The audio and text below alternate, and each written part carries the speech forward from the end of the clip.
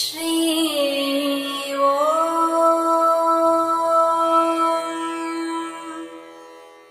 ஸ்ரீ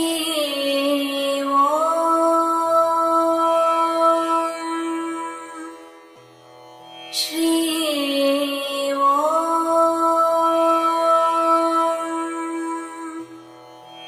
ஸ்ரீ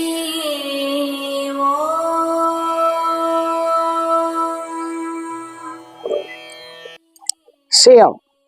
ஒருமுறை கண்ணன் தனியாக போய்கொண்டிருந்தார். ஒரு காட்டினுள் சென்று கொண்டிருந்தார். அப்போது இவர் எங்கே செல்கிறார் என்று அவருக்கு தெரியாமல் நாரதர் பின்தொடர்ந்து கொண்டே போனார். கண்ணன் வழியில் காட்டில் இருக்கும் பூக்களை பறித்து கையில் வைத்து கொண்டே போய்கொண்டிருந்தார். இவர் எங்கே செல்கிறார், எதற்கு பூ எடுத்து செல்கிறார் என்று பின்தொடர்ந்து கொண்டே நாரதரும் சென்றார். கண்ணன் அப்படியே சென்று ஒரு இடத்தில் அமர்ந்தார்.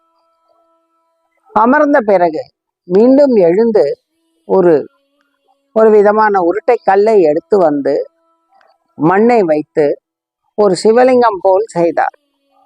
செய்துவிட்டு இந்த பூக்களை அந்த சிவலிங்கத்திற்கு அர்ப்பணித்து விட்டு கண்ணன் தியானத்தில் அமருகிறார். சிவனுக்கு பூஜை முடிந்தது.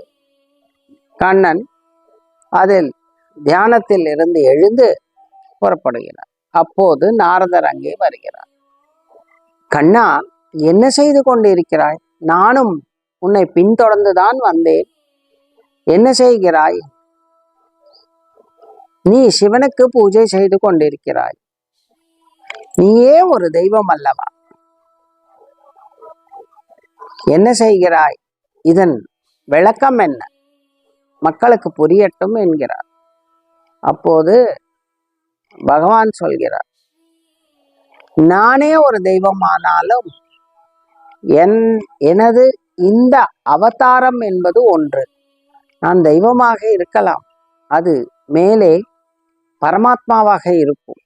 ஆனால் இந்த அவதாரத்தில் நான் கிருஷ்ணன் தெய்வம் அல்ல, எனக்கு மேல் தெய்வம் இருக்கிறார் என்பதை நான் உணர்த்த வேண்டும். அதனால் நான் சிவனை பிரார்த்திக்கிறேன், சிவனை பூஜிக்கிறேன்.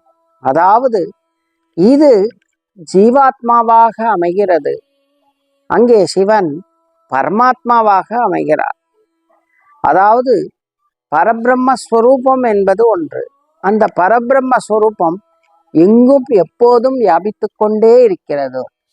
அதனுள் நான் அவதார புருஷனான கண்ணனாகத்தான் வந்திருக்கிறேனே அன்றி நான் அதுவாக முடியாது. நான் கண்ணனாக இருந்து அவரை பூஜிக்க வேண்டும் என்கிறார்.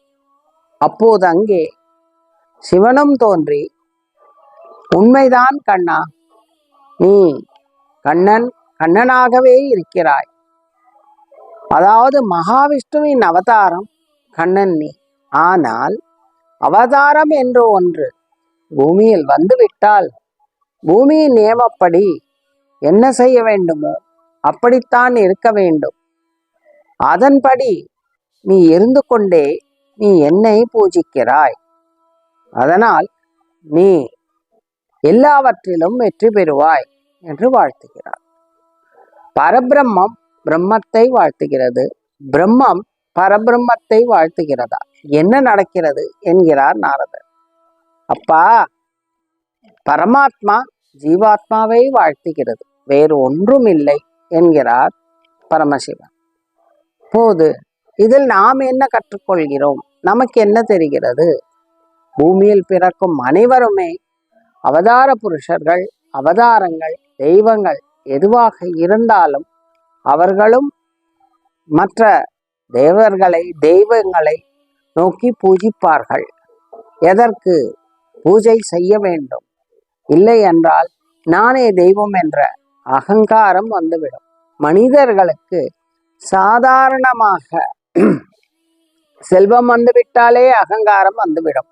எல்லாவற்றிற்கும் நானே பெரியவன் என்று இன்னும் அவதாரம் என்றால் வருமல்லவா?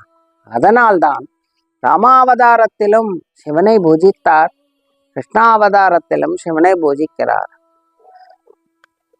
பரம்பொருள் என்பது எங்கும் இருப்பது, எங்கும் எதிலும் இருப்பது.